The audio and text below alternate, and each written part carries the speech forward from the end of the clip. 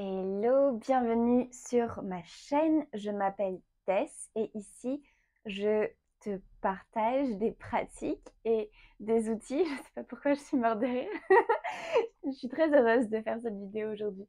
Je te partage des outils et des pratiques qui te permettent de te sentir chez toi, à la maison, à l'intérieur de toi, dans ton corps, dans ton mental, dans ton cœur, être à l'écoute de ton cœur, être à l'écoute de ton âme et être aussi chez toi sur cette terre, connecté à cette terre et connecté à tous les autres êtres sur cette terre. N'hésite pas à soutenir mon travail en t'abonnant à ma chaîne, à activer la cloche pour recevoir toutes les notifications et à me laisser des commentaires. J'adore échanger avec toi. Aujourd'hui, je continue à répondre aux questions qui ont été posées. Donc, j'aime bien faire ce petit jeu où je demande de quoi est-ce que vous aimeriez que je parle. Je fais souvent ça sur mon Instagram, donc n'hésite pas à me suivre par là-bas. Mais tu peux également proposer un thème ou me poser une question en commentaire sous cette vidéo. Et la question du jour, c'est quels sont les dangers du développement personnel? Quand j'ai lu la première fois cette question, je me suis dit, je comprends pas.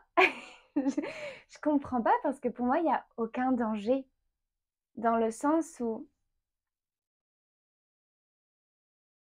c'est comment est-ce qu'on va entretenir une relation avec ce qu'on appelle développement personnel. Et je tiens d'abord à définir ce qu'est le développement personnel parce que c'est partout aujourd'hui. C'est vraiment partout. C'est un truc qui est à la mode.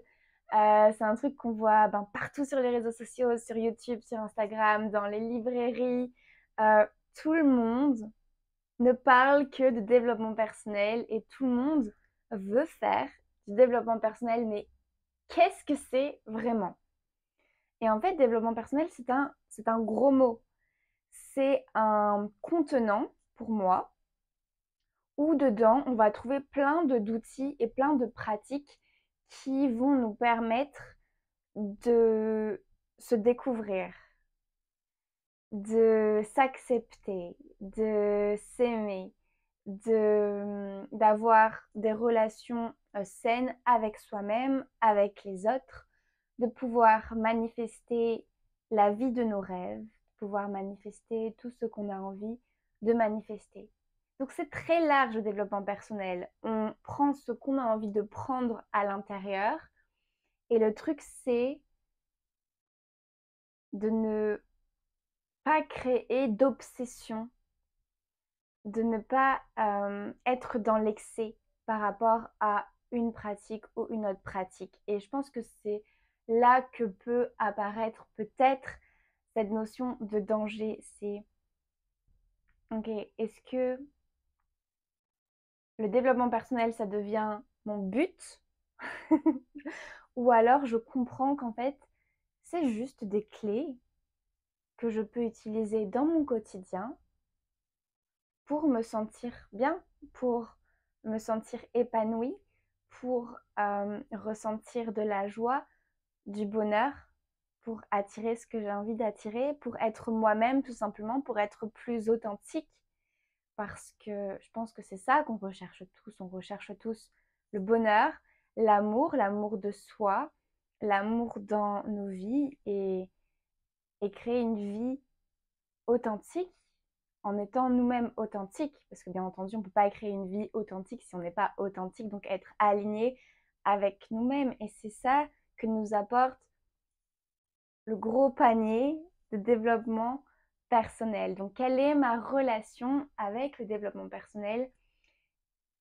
Je parle de relation parce que je pense que c'est ça, et pas qu'avec le développement personnel, mais avec en fait tout ce qui compose cette vie, tout ce qui compose notre environnement. Comment est-ce que je peux avoir des relations saines avec les gens, avec différentes notions, avec différentes pratiques, avec moi-même, et ça c'est en premier, c'est la première chose en fait, c'est ma relation avec quelque chose, avec quelqu'un. Et se dire comment est-ce que cette relation peut être saine pour moi. Et je pense que pour certaines personnes, le développement personnel, ça fait peur.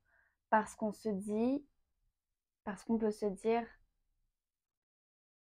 en fait, tout le monde est là-dedans. Et si moi, je suis pas là-dedans, je vais me retrouver exclue. Mais en fait, on fait tous du développement personnel à sa façon. Et plein de gens font du développement personnel sans même le savoir. Parce que pourquoi est-ce qu'on est ici sur Terre en tant qu'être incarné? Pour apprendre. Pour apprendre des leçons et intégrer ces leçons. Donc pour évoluer, pour grandir. C'est la nature même de notre être de faire ce qu'on appelle du développement personnel. Et je ne sais pas pourquoi on a labellisé, peut-être c'est plus facile et ça attire les gens. Ça attire les gens quand il y a une étiquette en fait. On se dit, ah, moi je vais faire ça. Mais c'est très large le développement personnel. Quand on dit je fais du développement personnel, on peut faire tout et n'importe quoi. Donc moi, personnellement, ce que j'utilise pour permettre mon développement personnel, je trouve ces termes vraiment très drôles en fait. Donc mes outils à moi, c'est le yoga, c'est l'astrologie, c'est la nutrition végétale, c'est le mouvement, c'est... Il y a plein de choses en fait. C'est la connexion avec mes guides, euh, c'est la connexion avec la nature. Nous sommes tous des êtres qui faisons ce qu'on appelle du développement personnel. On n'a pas besoin de mettre un mot. On le fait naturellement en fait. On se réincarne dans le but sans cesse d'apprendre. Oui, ça peut être étrange de payer pour quelque chose qu'on est censé faire naturellement, qu'on fait déjà naturellement, mais avec tout, tous les conditionnements que nous inculque la société, surtout dans les pays occidentaux. Tout ça, en fait, qui vient polluer ce désir de nous reconnecter à notre âme et de comprendre quelles sont les leçons que mon âme est venue apprendre dans cette vie. Donc voilà, c'est un sujet hyper intéressant et tellement vaste. N'hésite pas, encore une fois, à me laisser un commentaire. On peut peut-être en parler de manière plus spécifique, de manière plus précise. Je te souhaite une lumineuse journée. Je t'envoie plein d'amour.